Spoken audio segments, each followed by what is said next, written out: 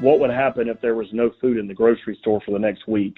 We'd have chaos in this country. What if it were 2 weeks? You'd have complete chaos. Food is a national security issue. That's former Senate President and current Secretary of Agriculture Wilton Simpson. He spoke to Liz Ryan and stressed the urgency of preserving farmland. We have to make sure if we're going to be producing our food 50 or 100 years from now, that we have ample land to do it. And there's a plan in place to preserve farmland. Back in 2001, the legislature put into effect what is called the Rural and Family Lands Act. Last year, as Senate President, I was able to get $300 million into the program for this year. The program involves going into agricultural land and buying the developers' rights from the farmers. That assures that the land cannot be bought by developers, but remains in agricultural use for perpetuity. That land stays in private ownership. I asked if he was inspired by John Dutton. You know, it's funny you ask a question like that because I get compared all the time to, oh, you sound like that Yellowstone guy. Beginning in 2001, this program predates the hit TV show Yellowstone, and their database of farmers interested in this program is quite large. About $1 billion of potential development rights to be purchased. Which is a big number, but is actually quite a deal. If you were to try to outright purchase that property through fee simple, that'd be $2.5 to $3 billion.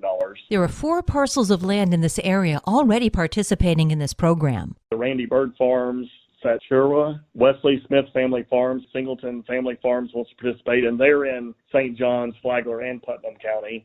And it's not just huge pieces of land that are eligible for this program. A farm is not too small to qualify for the program. We're interested in making the most impact possible, but clearly we are looking to help all farmers, including that smaller farmer, which may only be 50 to a few hundred acres. And we're reopening the program this May for new farmers to come into the program. If you'd like to participate, contact Secretary Wilton's staff or go to the website fdacs.gov. This local news is a service of your hometown Toyota dealer, Beaver Toyota US 1 St. Augustine, here to wow you. This week we're highlighting bills that have caught the attention of people in our community. The state legislature is in session, and they have their hands full as over 1,000 bills have been filed. There's a bill that would ban fans from rushing fields during games, and a bill that would change the state bird from mockingbird to scrub jay. I spoke to Matanzas riverkeeper Jen Lomberg. She told me about a bill she's really excited about.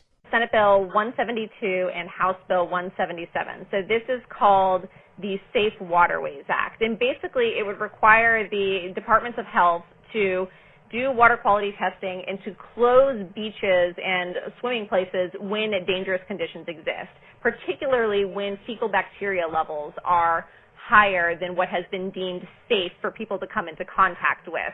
So right now, the state doesn't do a very good job of actually going out and posting notifications on site when dangerous conditions exist. A lot of times the information will be hosted on their website or somewhere where people aren't necessarily going to check, right? I mean, if you're going out to the beach with your family, you're going to throw the kids in the car, make sure you remember to pack the sunscreen and snacks, and you're not going to DOH's website to say, hey, is this water safe enough for me to swim in right now? And so this bill would actually require DOH to close beaches or put out advisory signs when dangerous conditions exist, where people shouldn't be swimming in those waters. Tomorrow we'll tell you about pending legislation that concerns Jen. For St. Augustine's Local Morning News, I'm Liz Ryan.